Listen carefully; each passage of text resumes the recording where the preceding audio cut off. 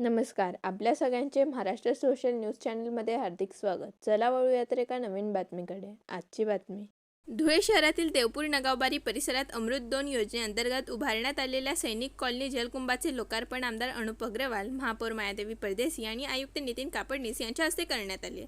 अत्याधुनिक जलकुंभ व पंपिंग हाऊसमुळे नगावबारी, कदमबांडे नगर आणि वलवाडी परिसरातील नागरिकांना स्वच्छ व शुद्ध पाणी पुरवठा होणार आहे. तसेच या भागात लवकरच 1 दिवसाआड पाणीपुरवठा सुरू होणार असून अनेक वर्षापासूनची पाणी टंचाईची समस्या दूर होण्यास मदत होणार आहे. कार्यक्रमाला परिसरातील नागरिकांची मोठी उपस्थिती होती. 1 दिवसाआड पाणी द्यायचा मानस घेतलेला आहे आणि त्या दिशेने आपण वाटचाल चालू केलेली आहे. अक्कलपाड्यावरनं आपण धुळ्यात पाणी आणलेलं आहे, परंतु पाणी आलं तर त्याला साठवायला टाक्या नव्हत्या आपल्याकडे. या गेल्या 3 वर्षात आपण भरपूर टाक्या बांधल्या आणि अजून नवीन 11 टाक्यांचं आपलं काम चालू आहे. 2 दिवसात नगावबारी पासून म्हणजे या भागापासून तर स्टेडियम पर्यंत आता आपण 1 दिवसाआड पाणी द्यायचं त्या ठिकाणी चालू करणार आहोत. जय श्रीराम. जय श्रीराम. अतिशय सुंदर असं आपलं शहर आहे. 2 राज्यांची बॉर्डर आहे, गुजरात आणि MP. सर्वात जास्त नॅशनल हायवे आपल्या शहरातून जातात, परंतु आपलं शहर कायम मागे राहिलेलं आहे. जळगावपेक्षा जुनं शहर आपलं आहे,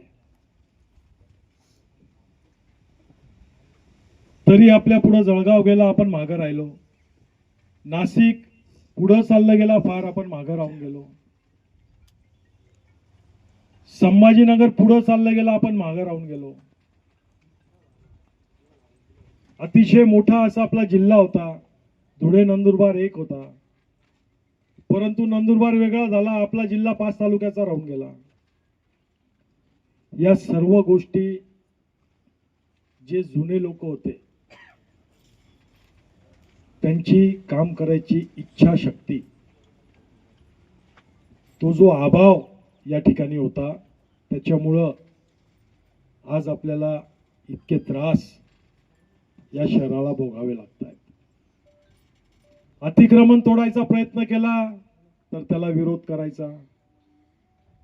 कुठलंही चांगलं एखादं काम हाताशी घेतलं, कोर्टात जायचं, त्याला स्टे आणायचा.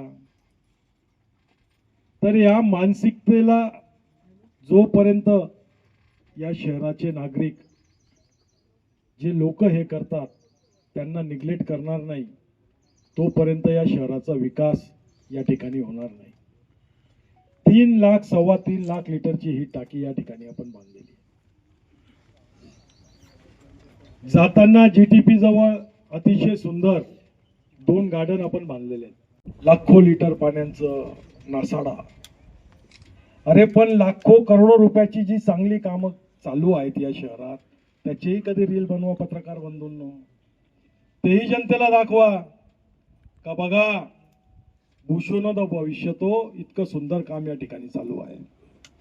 ही अपेक्षा जसं नागरिकांना आहे तशी आमची, जो आपण या देशाचा 4था स्तंभ ज्याला मानतो पत्रकारांना, त्यांच्याकडनंही माझी अपेक्षा आहे.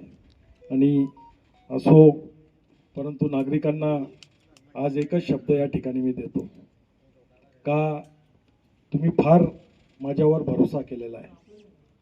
माझ्या मायमावल्यांनी मला भाऊ समजलेला आहे.